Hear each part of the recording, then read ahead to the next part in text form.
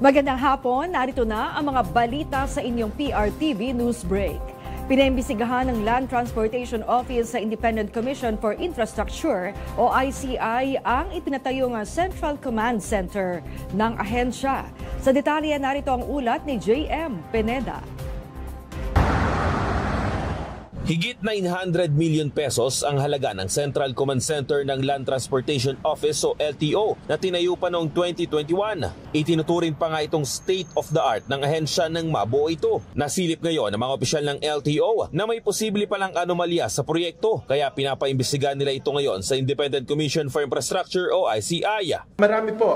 Unang-una may mga dapat na cameras na dapat ilagay all over the Philippines. Wala po yung mga nangyaring yan.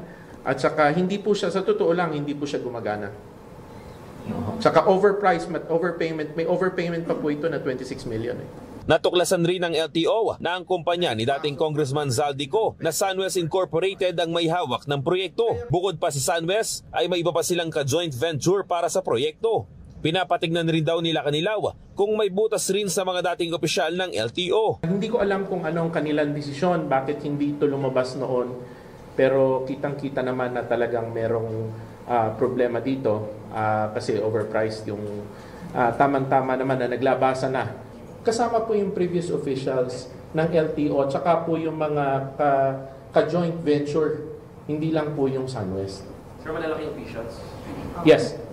May dalawa pang hawak na proyekto ang Sunwest sa ahensya na umaabot rin ng halos 500 milyong piso. Samantala, nagsumite rin ng referral si ACT Teacher Representative Antonio Tino sa ICI para imbestigahan ang nasa higit 4 na bilyong piso na maanumalyang flood control project sa Davao City mula 2019 hanggang 2022. Binubuo yan ang nasa 80 proyekto na nakapalibot umano sa Davao River at Matina River. Ayon kay Tino, nakaupo sa mga panahon na yan si Congressman Paulo Pulong Duterte. Kaya dapat busisiin rin daw ang mambabatas. Ang Genesis 88 Construction naman ang may pinakamalaking hawak na proyekto dito at ang may-ari nito ay si Glennis Cando na dating umanong aide ni former President Rodrigo Duterte. Ako si JM Pineda ng PRTV News, nagseserbisyo para sa Pilipino. Nalalapit na sa tinatawag na endgame ang imbestigasyon sa anomalya sa flood control projects, ayon yan sa Presidential Communications Office. Ayon kay PCO Secretary Dave Gomez, kasama na rito ang infrastructure projects. At malaki na rin aniyang iniusad ng imbestigasyon sa flood control projects, lalo na ang pagpapanagot sa mga sangkot sa anomalya.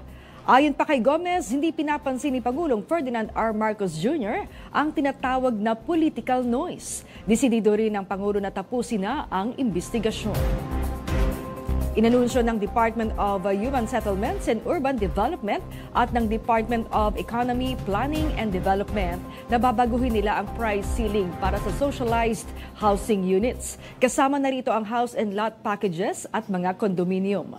Nila kailangan itong sumunod sa kasalukuyang socialized housing needs para makasabay sa kasalukuyang market conditions, kabilang sa plano ang price ceilings na 844,440 pesos na maximum selling price sa socialized subdivision projects na may sukat na hanggang at 950,000 na maximum selling price na may tataas pa sa 26 square meters. At yan ang mabalita nakalap ng inyong PRTV News Break. Live kami sa Free-to-Air, DIM Channel 31, Signa Channel 31 at sa YouTube.